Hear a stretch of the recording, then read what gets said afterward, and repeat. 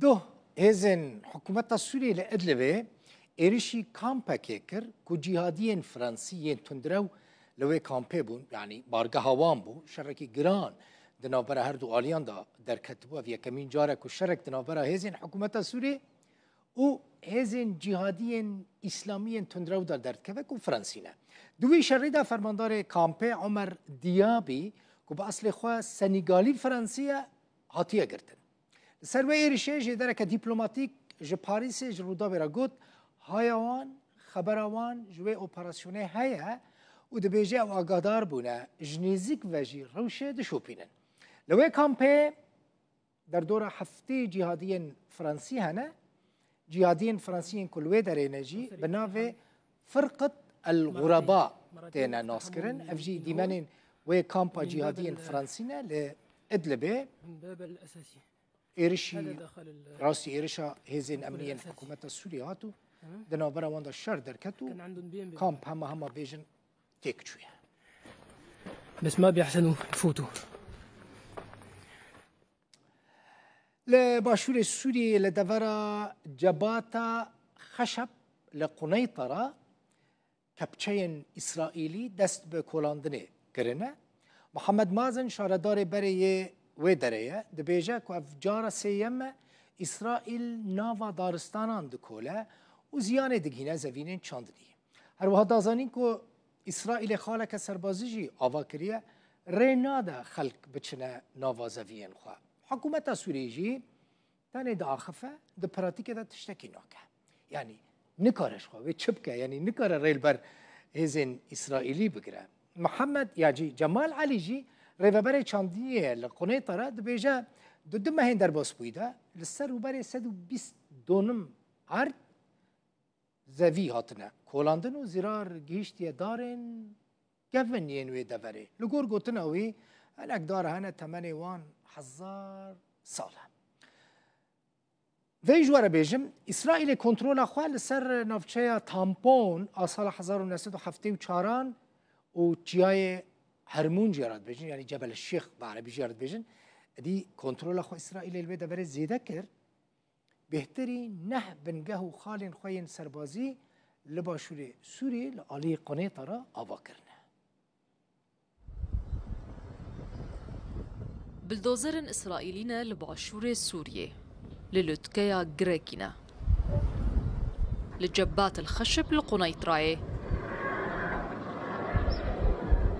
ولاتی گازندان دکن کو پروسه کولاندنا اسرائیل گهشتی دارستان دوره و زوینوان. هذا التجريف الثالث. افد به سیم جار کو اسرائیل ناف دارستان دکوله. بری نهاجی دوی دوره همان کار کربو زوین چاندنی ولاتیان جی. وقت زوین زیتون سیف گیلاس و گنم حمو. خالک سربازی جی دانی و رناد خلق بگهن مال و ملکین خواه. حکومت سوریه تنه به داخویانیان بر سوازی دگاوین اسرائیل دده و نرازیبونه پیشان دده. ریوبر چاندنیه قنیطرای دبیجه او لگل همو آلیان دپیوندیه دنه جبورا وستاندنه کریارن اسرائیلی.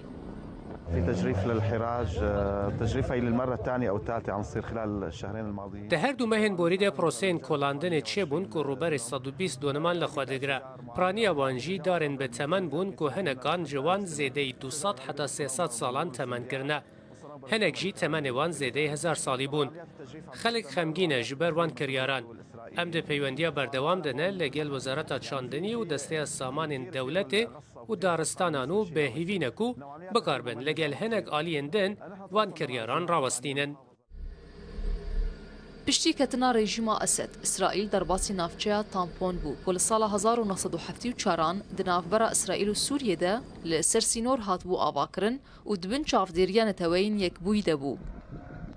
هر وها اسرائیل چیای حرمون و هجمارک نافچه لپارزگهن قنیطرای و درعای جی کنترول کرنه و زیده نه بنگه و خال سربازی جی لباشور سوریه دانینه. نوشین همه روداو دزگاه خیرخازی بارزانی سردانا ریوبریا نو یا عفرینه کر و جالی جیگر هرما عفرینه و محمد شیخ رشید و کو دزگاه کسر به حکومت سوریه و هات پیشوازی کردن هەردوو ئالیان لەسەر هەفکاریە دووارێ مرۆڤی و هاوارچوونێدا گوت و بێشکردن بەحسا بەهێزکردنا هەمئاهەنگیە ji bo piştgiriya projeyên xizmeta civaka xwe cihî jî kirin. Behsa wê jî kirin ku ew ê çawa di sektorên cuda da alîkariya xelkê Efrînê bikin.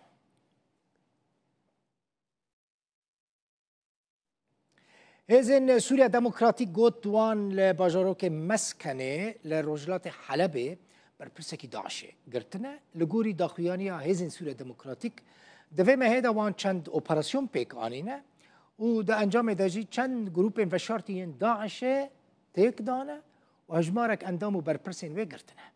Kesê ku hatiye girtin Ehmed Xelef Hesên e.